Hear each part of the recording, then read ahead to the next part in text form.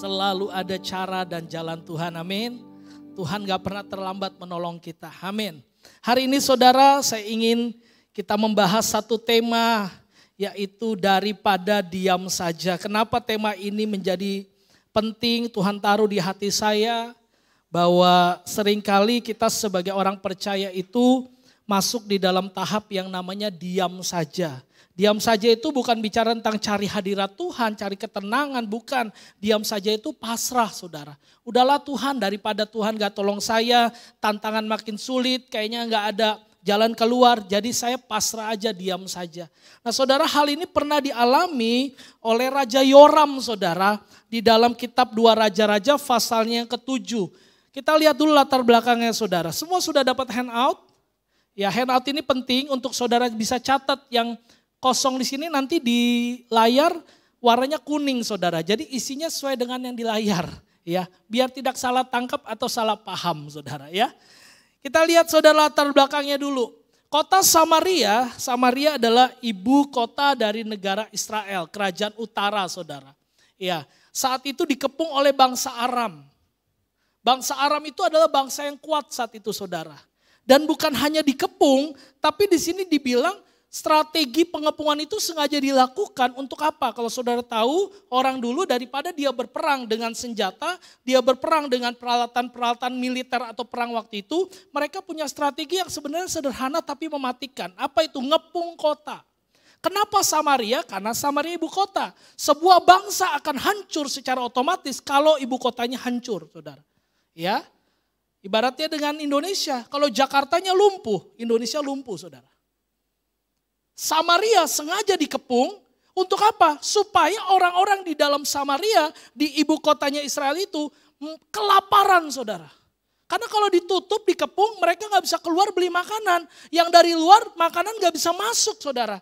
Akhirnya mereka terkepung dan mati saudara.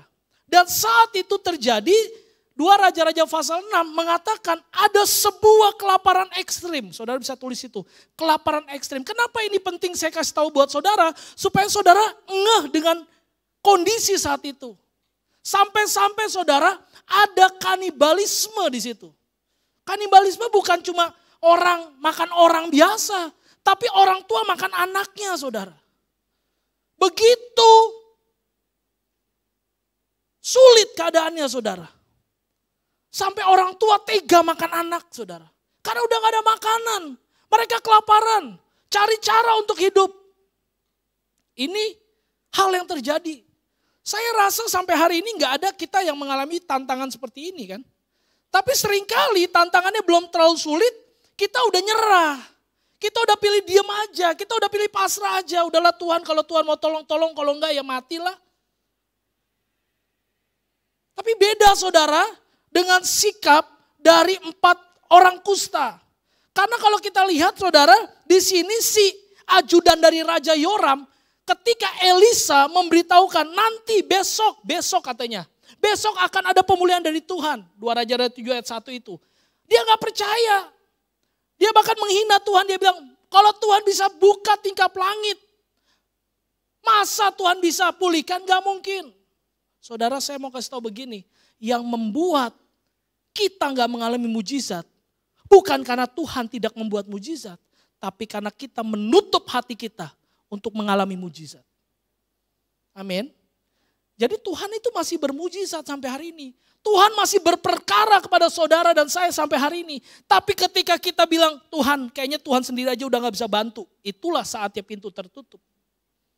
Tapi beda sikapnya saudara, dengan 4 orang kusta. Kenapa 4 orang kusta berbeda saudara? Saudara ada yang tahu kenapa 4?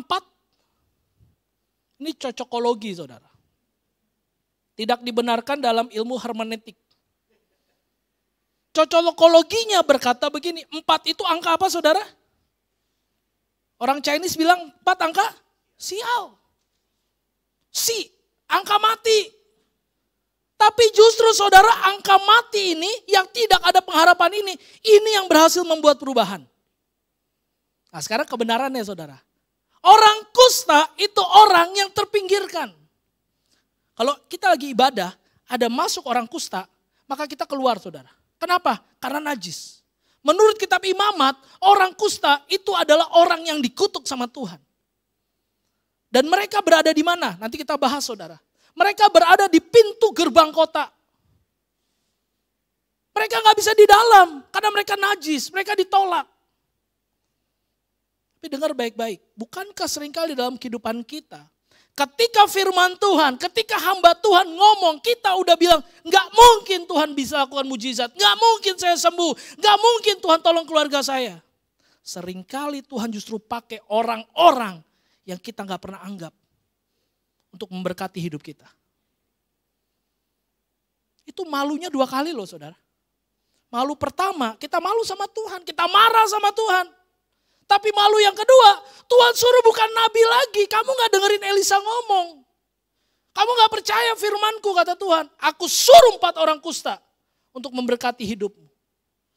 4 orang kusta yang dipandang rendah, yang dikucilkan justru membawa perubahan buat Israel. 4 penderita kusta dipakai Tuhan untuk membawa kabar pemulihan. Dan ini contoh buat kita semua hari ini. Bahwa orang kusta ini, orang yang berkata, yang berpikir, yang bertindak daripada diam saja. Artinya apa saudara? Masih ada harapan buat hidupmu hari ini. Kalau 4 orang kusta yang gak punya pengharapan aja seharusnya. Yang mendingan mati aja seharusnya. Karena dia udah dibuang, dikucilkan. Tapi mereka berani berkata daripada kami diam saja, kami akan bertindak. Hari ini saudara gak kusta kan?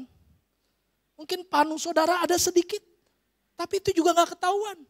Paling-paling jerawat-jerawat. Penyakit kulit apa sih yang kita punya hari ini? Kesulitan apa, tantangan apa yang kita punya hari ini? Jangan diam saja saudara. Jadi daripada diam ngapain Pak? Kita belajar sama-sama saudara.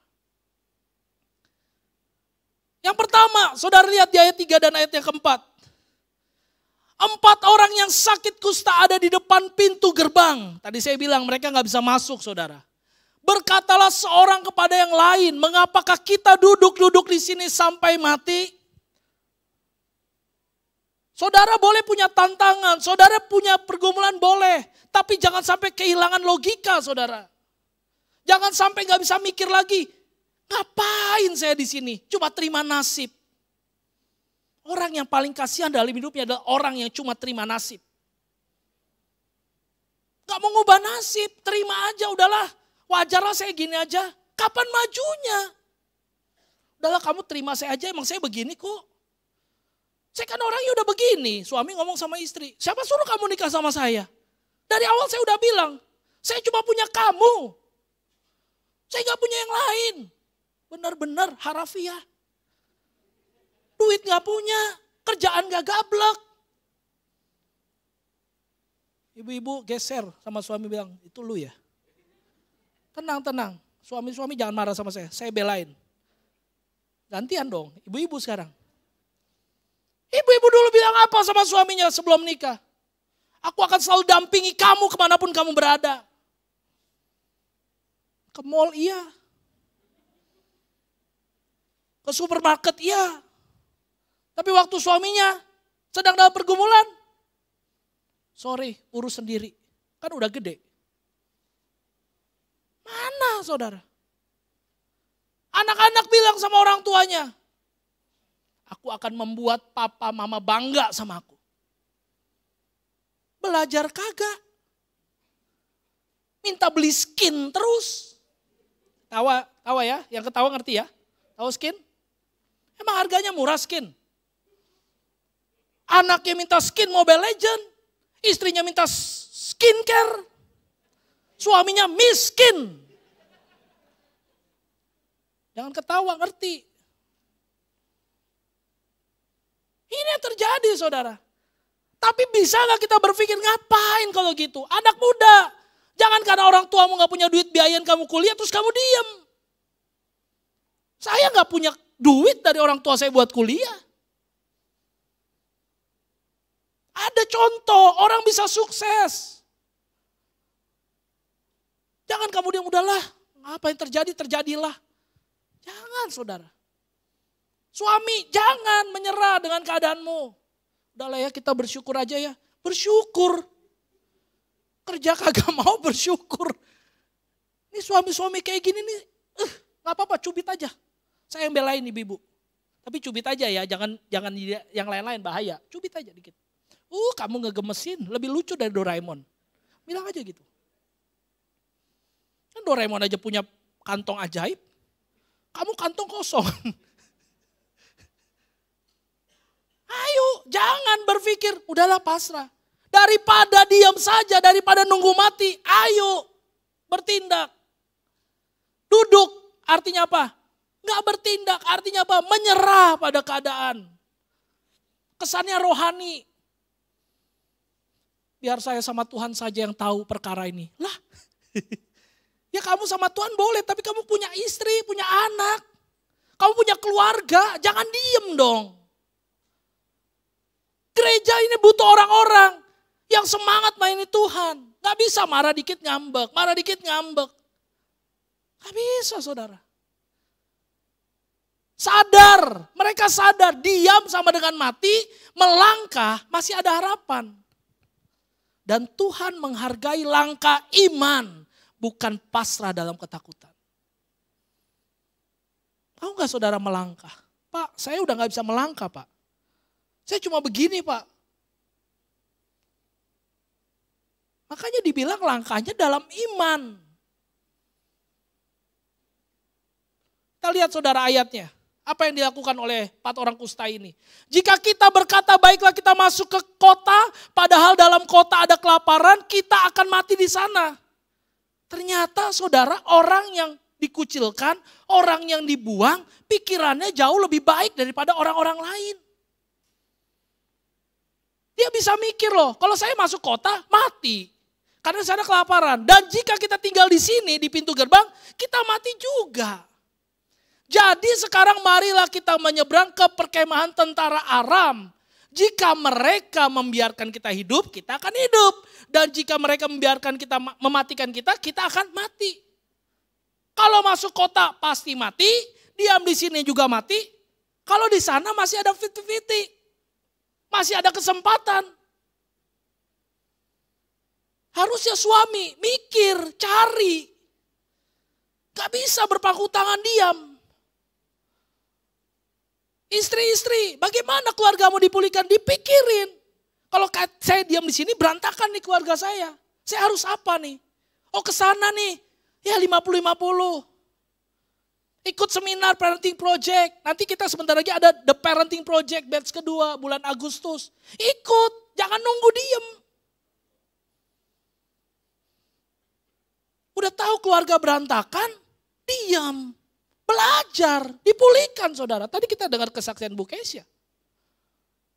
Cuma saya disclaimer saudara ya. Anaknya 3.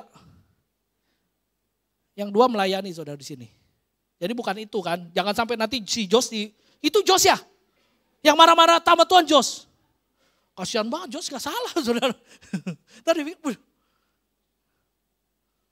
nangkap ya saudara maksudnya ya. Jadi yang pertama, daripada diam saja, lebih baik bangkit dari keputusasaan. Betul kita putus asa, betul kita susah. Tapi bangkit saudara. Saat keluarga ada masalah, bangkit. Mulai berdamai suami istri. Saudara gak ada berkat kalau suami sama istri berantem. Saya udah bukti saudara. Makanya saya gak mau berantem sama istri. Karena saya butuh berkat. Ya logika aja lah. Kenapa kamu gak berantem sama istri? Karena aku mengasihi dia. Saudara hidup sama orang yang sama. Dan bukan mengalami perbaikan. Tapi penurunan. Pasti ngeselin. Gak usah pura-pura lah. Pasti makin lucu. Pasti makin gemesin. Kayak Spider-Man. Mana suamimu? Gak tahu. Spider-Man kali, nempel sono, nempel sini, nempel sono, nempel sini. Spider-Man kan. Jangan diam saudara, bangkit, berdamai. Saat pelayanan mandek, jangan nyerah, bangkit, cari cara baru. Saudara tahu gak sih, nyiapin khotbah itu susah.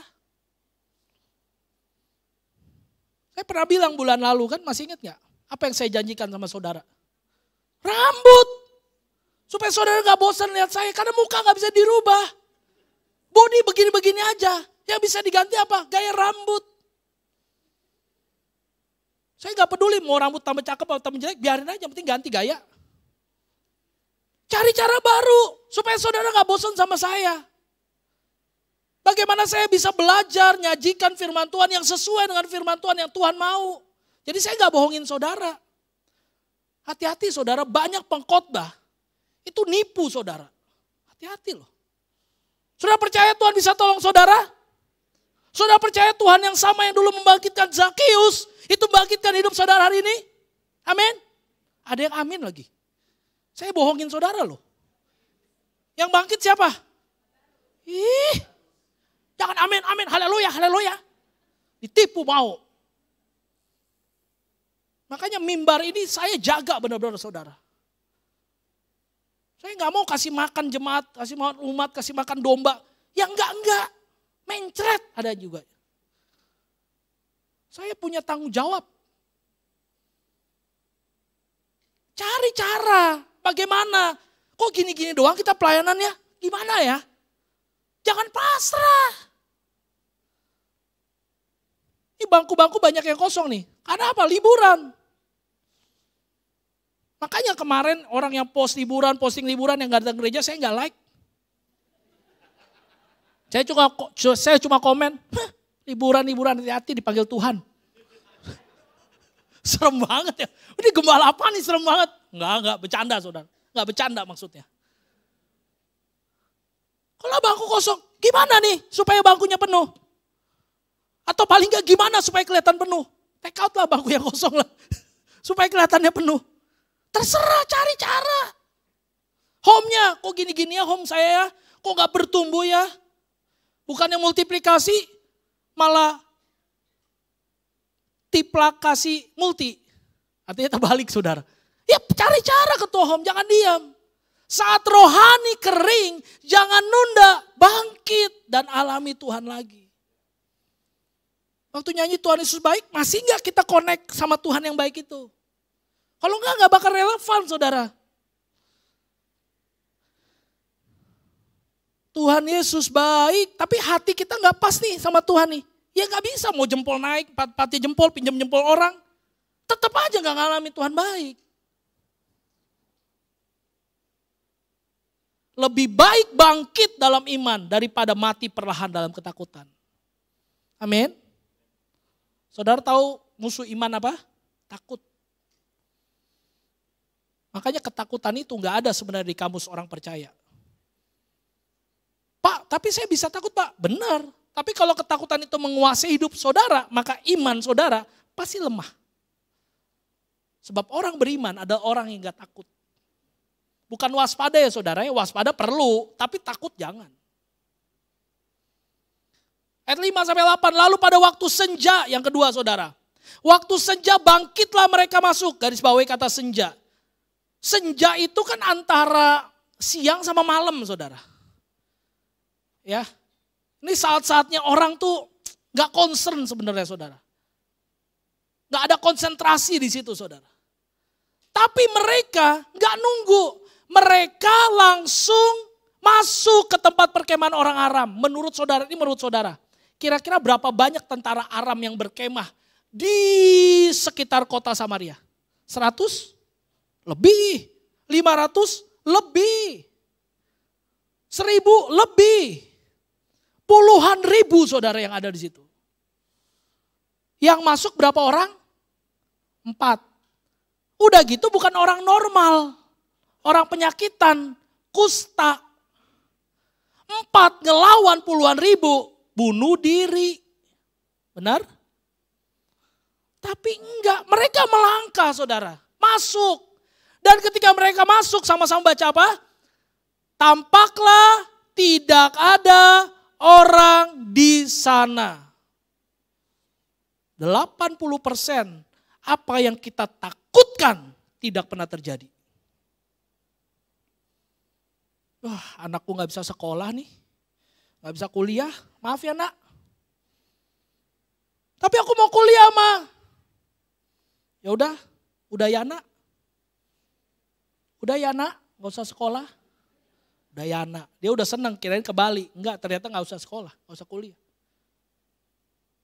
Lagi ngomong sama anak umur berapa? 2 bulan.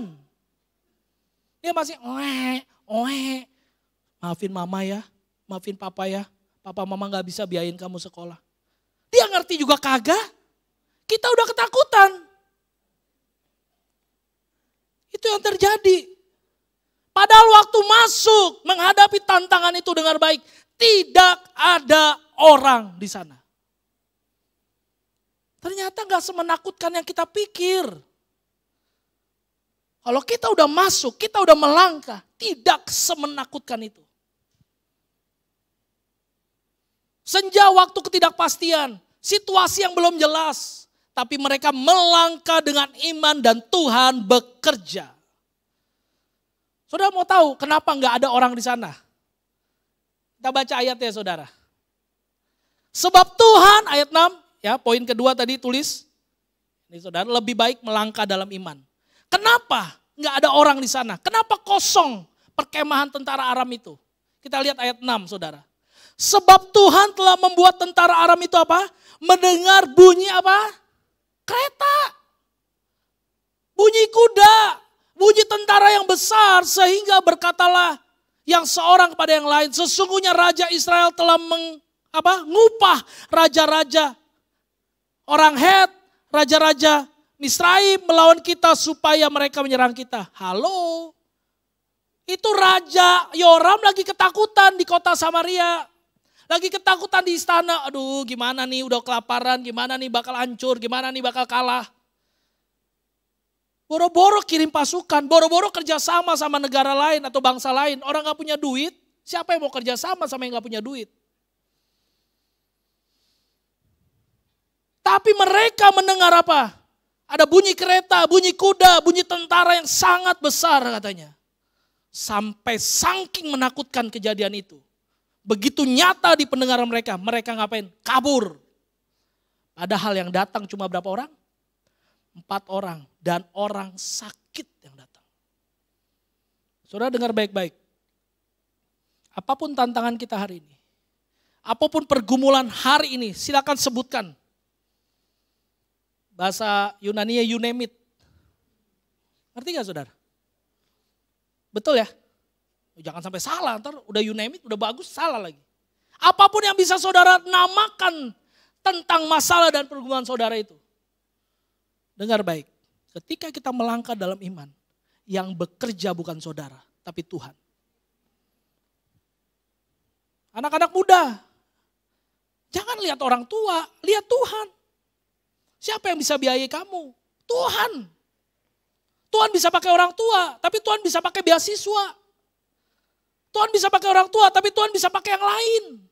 Makanya siapkan dirimu anak-anak muda. Kalau kamu tahu orang tuamu kayaknya secara logika gak sanggup, kamu perlu yang namanya beasiswa. Orang yang dapat beasiswa pasti orang pintar anak muda, dengar. Kamu gak belajar, gimana beasiswa bisa dapat? Saya belajar sungguh-sungguh S1. Ilmu khotbah saya F saudara. Dosen saya gak kasih saya, satu-satunya mahasiswa yang gak dikasih khotbah, itu cuma saya. Kenapa? Gara-gara saya mulai khotbah dengan pantun. Sesat katanya, sesat. Gak dikasih saudara. Kemarin orang yang sama yang bilang saya sesat. WhatsApp saya saudara. Pak Pendeta, Shalom. Saya minta tolong ya, Bapak jadi ketua Ikatan Keluarga Alumni STTI. Saya langsung bilang gini, siapa kamu? Enggak saudara. Dulu aja sesat-sesatin saya. Kaget mereka. Mereka ketik YouTube, nama mereka gak ada di YouTube. Mereka belum ketik, keluar di YouTube nama saya. Sombong amat. Enggak, saya cuma mau bilang gini-gini pendeta saudara laku. Jadi jangan terlalu sedih gitu. Oh saya punya pendeta gak terkenal, lumayan lah. Lumayan, gak terkenal banget tapi lumayan. Paling gak pernah ada di YouTube. Saudara ketik di Google keluar saya kok. Kan berarti lumayan ya. Cuma belum masuk Wikipedia aja. Belum masuk Wikipedia susah. Ternyata bayar Pak masuk Wikipedia ya. Ya udahlah, kok sampai kemana-mana nih. Lihat, akhirnya apa? Mereka dapat mengangkut dari sana emas, perak, pakaian. Kemudian pergilah mereka menyembunyikannya, lalu datanglah mereka kembali, masuk ke dalam kemah yang lain dan apa? Mengangkut juga barang-barang dari sana. 4 orang. Tiba-tiba dari yang tadi mikir kalau saya di sini mati, masuk kota Israel, Samaria mati, saya pergi ke sana. Tiba-tiba pulang jadi kaya raya. Halo? Sudah pernah bayangin gak? Jangan-jangan di dalam tantangan itu, justru engkau akan mendapatkan berkat yang terbesar yang belum pernah kau alami. Tapi kalau engkau berhenti, gak dapat, hilang. Siapa di sini yang rumahnya punya pagar? Rumah saya gak punya pagar. Karena di klaster gak boleh ada pagar. Padahal saya pengen punya rumah yang ada pagarnya. Sederhana banget. Kalau bisa pagar itu menutupi keindahan rumah. Supaya orang gak usah masuk karena sadar rumah saya lebih jelek dari pagar saya. Tapi saya tanya, menurut Bapak Ibu, harga pagar rumah dengan harga rumahnya mahalan mana? Halo? Rumah. Sebagus apapun pagar. Yang mobil datang tiba-tiba kebuka sendiri. Tetap aja lebih mahal rumahnya Pak. Saya mau tanya, tapi untuk sampai ke rumah yang bagus itu, saudara harus lewatin pagar gak? Buka gak pagarnya? Atau saudara loncatin pagar? Maling. Harus buka dong. Harus punya kunci buat buka pagar. Kuncinya iman. Bukanya melangkah. Saudara baru ngedapat sesuatu yang besar di balik pagar itu. Sama dengan hidup kita. Untuk saudara dapat kesembuhan, melangkah. Vonis dokter bilang apa? Whatever lah. Saudara bilang gak punya uang, menderita, susah apapun lah. Masalah saudara, ketemu dengan penghalang itu, ketemu dengan pagar itu. Anggap semua halangan, tantangan itu sebagai pagar hidupmu. Yang ketika engkau buka pagarnya, dengan berat, mungkin karena pagarnya besar, saudara berat. Mungkin perlu dibantu orang, keluarga semua kompak, dorong pagar itu terbuka. Saudara akan dapat rumah yang mewah. Itu yang terjadi saudara. Mereka melangkah kecil, Tuhan yang menyelesaikan besar. Dalam apapun, finansial, kesehatan. Jangan tunggu semua jelas, baru taat. Jangan. Enggak, saya prediksi ya. Belum deh, kayaknya konyol nih.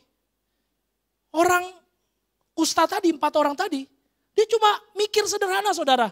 Sini mati, sono 50-50. Ya udahlah, ikutlah. Saudara mungkin sekarang pintu yang Tuhan kasih lihat sama saudara kecil. Tapi saudara bayangkan dari pintu yang kecil itulah. Saudara akan dibawa ke dalam lorong yang besar. Untuk apa? Dapatkan sesuatu yang besar. Langkah iman kecil hari ini bisa membuka pintu mujizat besok. Tuhan tidak butuh langkah besar. Tuhan gak butuh kadang-kadang logika kita berpikir ini itu, enggak. Tuhan bilang jalan. Hanya butuh hatimu yang mau melangkah. Tuhan udah siapin semua kok Bapak Ibu. Tuhan juga yang berperang nantinya. Kita cuma disuruh melangkah. Kapan Yosua, anak-anak Menorasar waktu sekolah Injil liburan, kita belajar tentang perjalanan Yosua membawa bangsa Israel ke tanah Kanaan. Kapan sungai Yordan itu terbelah saudara? Terbelah dulu baru mereka jalan?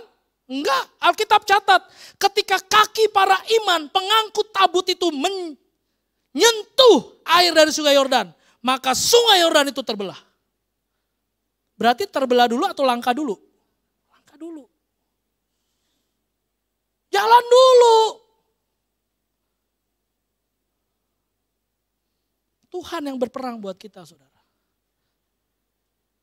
Yang ketiga saudara, ayat 9-11. Lalu berkatalah yang seorang pada yang lain, tidak patut yang kita lakukan hari ini. Hari ini ialah hari kabar baik saudara. Karena mereka dapat semuanya. Sementara mereka ingat saudara, di Samaria kelaparan. Saya mau bilang gini sama saudara, perhatikan. Ini aneh loh. Perhatikan baik-baik. Mereka 4 orang kusta. Mereka terbuang, mereka dikucilkan. Harusnya ketika mereka dapat kemenangan, mereka dapat harta, apa yang mereka pikirkan? Saving dong, buat diri sendiri dong.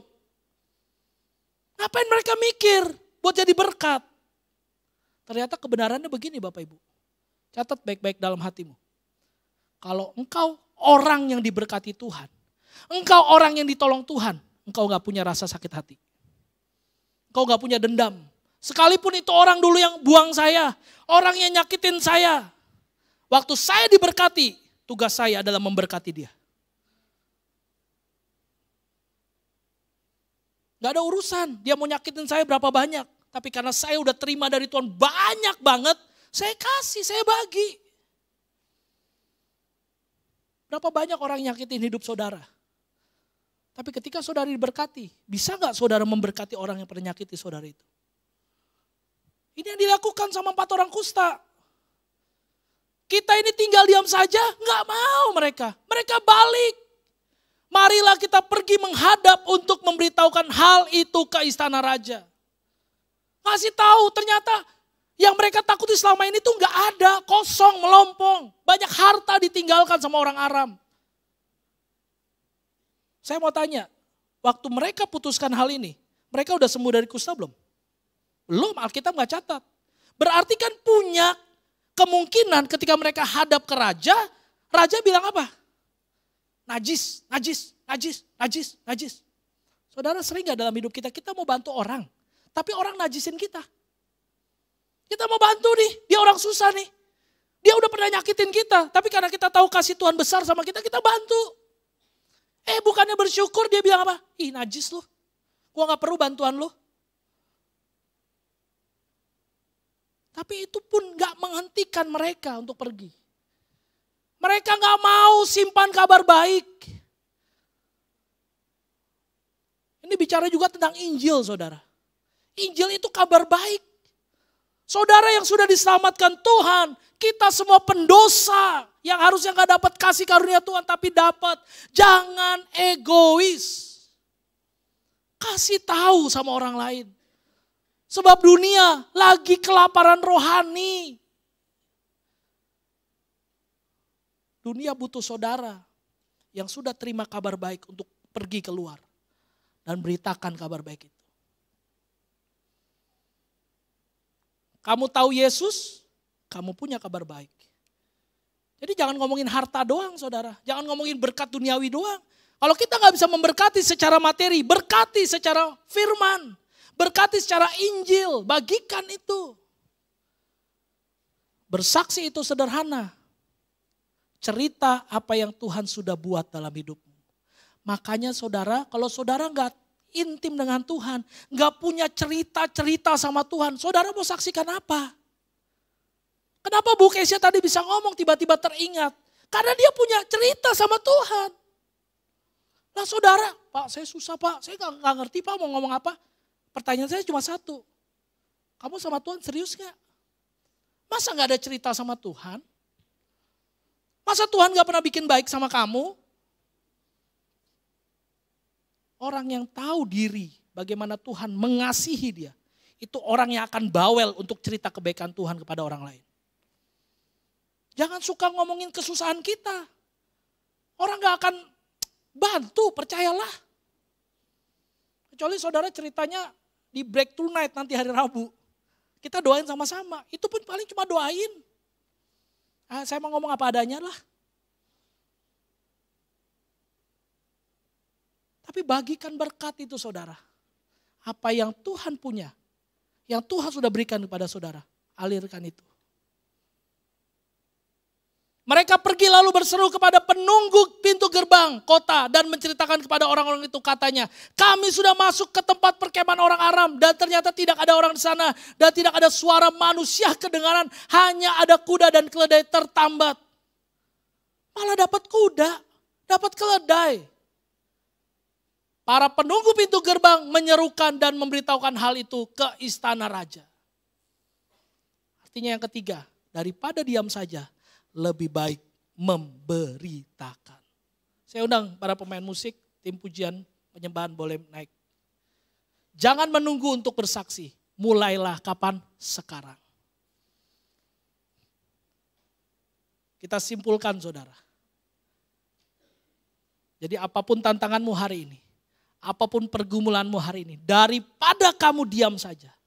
Lebih baik apa yang pertama? Bangkit dari keputusasaan. Hari ini tinggalkan keputusasaanmu di tempat ini. Jangan bawa pulang. Yang kau bawa pulang adalah imanmu yang sudah bangkit. Yang kedua apa? Melangkah dalam imanmu. Langkah pertama, ingat. Kadang-kadang Tuhan tetap biarkan tembok itu ada di depan kita. Tapi ketika kita melangkah, Tuhan yang berperang, Tuhan yang bekerja. Dan yang ketiga, beritakan kabar baik. Jangan simpan sakit hati. Jangan simpan luka. Kalaupun orang dulu itu yang nyakitin kita. Tapi kita ketika diberkati Tuhan, ketika ditolong Tuhan, kasih kebaikan itu juga kepada mereka. 4 orang kusta mengajarkan kepada kita. Sama-sama kita baca. 1, 2, 3. Tuhan tidak menunggu Anda sempurna untuk dipulihkannya. Dia hanya menunggu Anda berhenti diam. Hari ini jangan diam. Hari ini stop pasrah. Hampiri Tuhan hari ini. Bilang sama Tuhan hari ini. Tuhan, apapun pergumulanku, aku mau bangkit hari ini. Apapun masalahku, aku mau melangkah dalam iman. Dan aku mau terus beritakan kabar baik. Sebab aku percaya Tuhan selalu punya cara buat kehidupan.